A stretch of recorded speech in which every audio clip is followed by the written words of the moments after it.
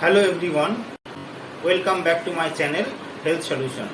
আজকের ভিডিওতে আমি বলবো এমন কিছু খাবার দাবার নিয়ে যেটা আপনি ব্যবহার করা শুরু করে দিলে আপনার শরীরে হাড়ের দুর্বলতা, ক্যালসিয়াম ডেফিসিট হওয়া, জয়েন্ট পেন ও মাংসপেশিতে যন্ত্রণা হওয়া এবং অনেক ধরনের যন্ত্রণা ও প্রবলেম থেকে আপনি মুক্তি পেতে পারেন।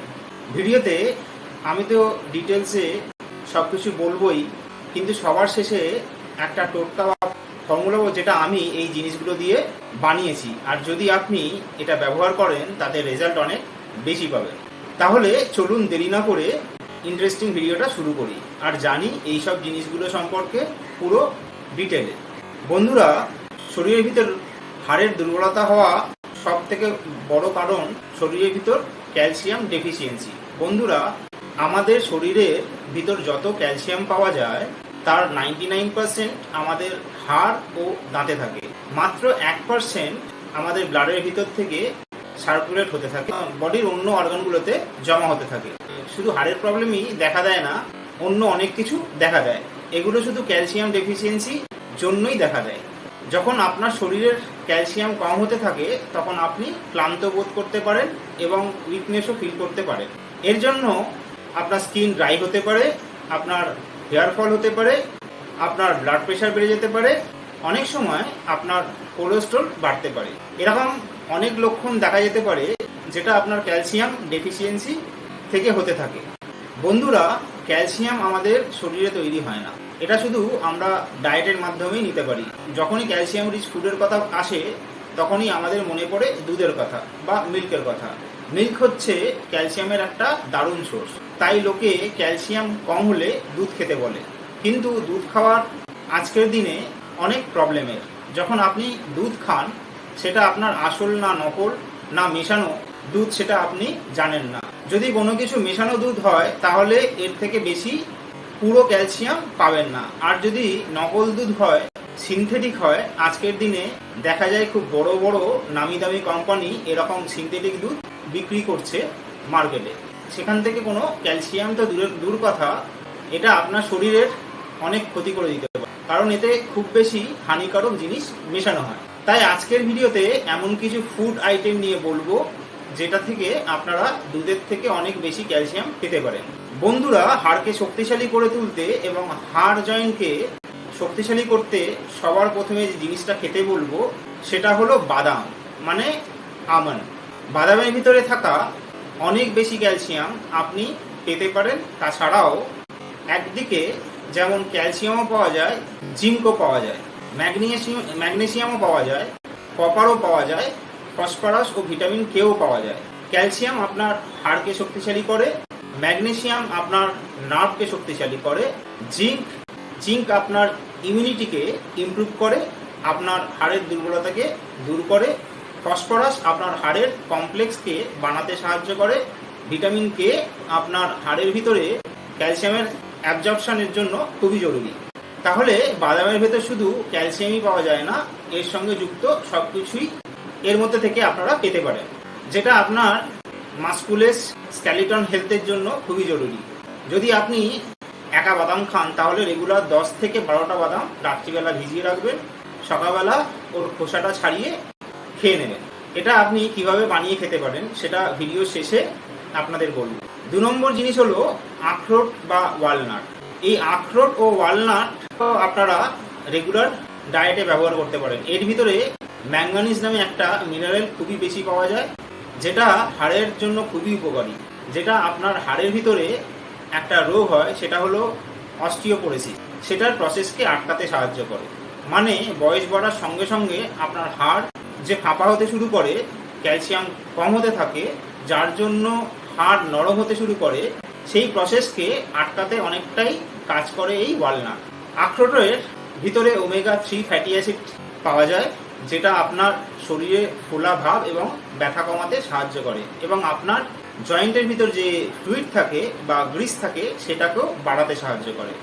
আপনি যদি আখরোট ব্যবহার করতে চান তাহলে রোজ 4 থেকে 5টা আখরোট রাত্রিবেলা জলের মধ্যে ভিজিয়ে রাখুন, আর সকালবেলায় খালি পেটে এটা ভালো করে চিবিয়ে খেয়ে নিন। এর থেকে আপনি অনেক বেশি উপকার পেতে পারেন।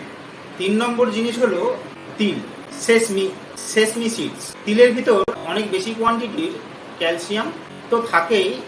ইনফ্যাক্ট যদি কম্পেয়ার করি, এর ভিতরে দুধের থেকে প্রায় 10 গুণ বেশি ক্যালসিয়াম পাওয়া যায়।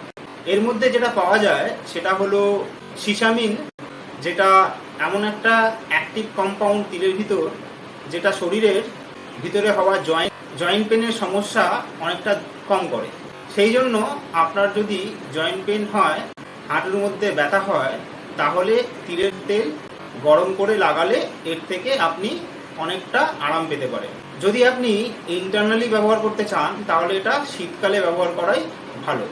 শীতকালে যদি এটা আপনি ব্যবহার করতে চান, তাহলে আপনি 1 টেবিল স্পুন কালো অথবা সাদা তিল নিয়ে নিন এবং সেটা হালকা আঁচে রোস্ট করে তারপর এটা আপনি চিবিয়ে খেতে পারেন, অথবা এটা গ্রাইন্ডার মেশিনে পিষে আপনি নিতে পারেন।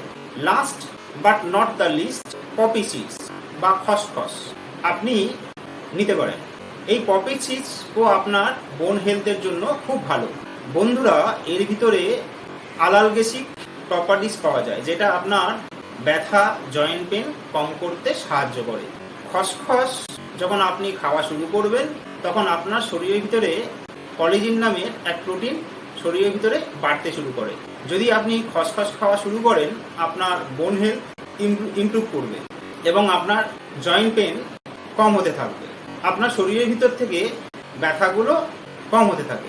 বন্ধুরা, যেটা আপনাদের আগেই বলেছি ভিডিওতে, এই 4টে জিনিস আলাদা আলাদাভাবে খেতে পারেন, অথবা একটা টোটকা বানিয়ে খেতে পারেন। যে টোটকা বানাবো, কোনটা কতখানি কি পরিমাণে মিশিয়ে বানাতে হবে, যেটা আপনার জন্য খুবই উপকারী হবে। তাহলে চলুন টোটকাটা বানাই। এই 4টে ইনগ্রিডিয়েন্টস কীভাবে এবং কতখানি করে মেশাবো সেটা নিয়ে জানি। এটা আপনারা ক্যালসিয়াম ডেফিসিটকে পূর্ণ করবে। বন্ধুরা, আপনাদের প্রথমে 3টে জিনিস নিয়ে নিতে হবে সম পরিমাণে। আপনাকে নিতে হবে বাদাম যতখানি, ততখানি আখরোট নিতে হবে, ততখানি তিল আপনাকে নিয়ে নিতে হবে।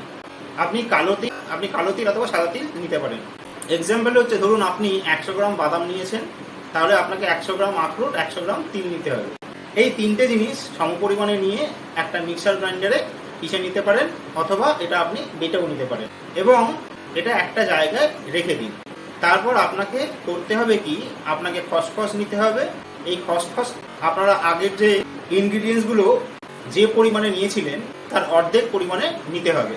মানে আপনি বাদাম 100 গ্রাম, তিল 100 গ্রাম, আখরোট 100 গ্রাম, তো খসখস আপনাকে 50 গ্রাম নিতে হবে। এই খসখসকেও আপনাকে মিক্সার গ্রাইন্ডারে পিষে নিতে হবে। তারপর এই 4টে জিনিস একসঙ্গে খুব ভালো করে মিক্স করে একটা এয়ারটাইট কন্টেনারে ভরে রাখতে হবে। এটা ফ্রিজে রাখার কোনো দরকার নেই, নর্মাল টেম্পারেচার রাখলেই হবে। এর থেকে আপনাকে করতে হবে কি, 1 টেবিল স্পুন পাউডার নিয়ে 1 গ্লাস দুধের সঙ্গে মিশিয়ে দুধটা হালকা আঁচে ফোটাতে হবে, যতক্ষণ না ঠিক করে বয়েল হচ্ছে যতক্ষণ আপনাকে ফোটাতে হবে, যতক্ষণ না আপনার দুধটা প্রায় 1 গ্লাসের 3/4 পরিমাণে হচ্ছে বা একটু কমে যাচ্ছে। তারপর এটা আগুন থেকে নামিয়ে রেখে দিন যতক্ষণ না একটু ঠান্ডা হচ্ছে। এতে আপনি 1 চামচ মধুও মেশাতে পারেন, অথবা টেস্টের জন্য আপনি মিক্সিও মেশাতে পারেন। আপনি যদি এমনি খেতে চান তাহলেও খেতে পারেন। এই দুধটা আপনাকে রাত্রিবেলা শোবার সময় খেতে হবে। এটা দিনের বেলায় খাওয়ার দরকার নেই, কারণ এটা খেলে আপনার একটা খুব ভালো ঘুম হতে পারে, একটু বেশিই ঘুম হতে পারে।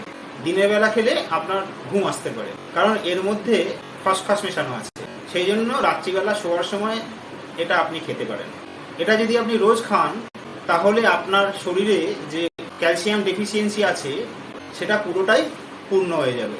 আপনার জয়েন্ট শক্তিশালী হবে, জয়েন্টের ভিতরে যে ফ্লুইড থাকে বা গ্রিস থাকে সেটাও ইমপ্রুভ করবে এবং হাঁটু বা জয়েন্ট পেনের যে সমস্যা তার থেকে আপনি মুক্তি পেতে পারেন। আপনার ওভারঅল হেলথ ইমপ্রুভ করবে, আপনার এনার্জিও বাড়বে। বন্ধুরা, আপনাদের নিশ্চয়ই ভিডিওটা ভালো লেগেছে। এখান থেকে নতুন কিছু নিশ্চয়ই জানতে পেরেছেন, কিছু শিখতে পেরেছেন। তাহলে তাড়াতাড়ি চ্যানেলটা সাবস্ক্রাইব করুন, লাইক করুন এবং কিছু জানতে হলে কমেন্ট করতে পারেন। আজকের মতো চলি, পরের ভিডিওতে আবার দেখা হবে।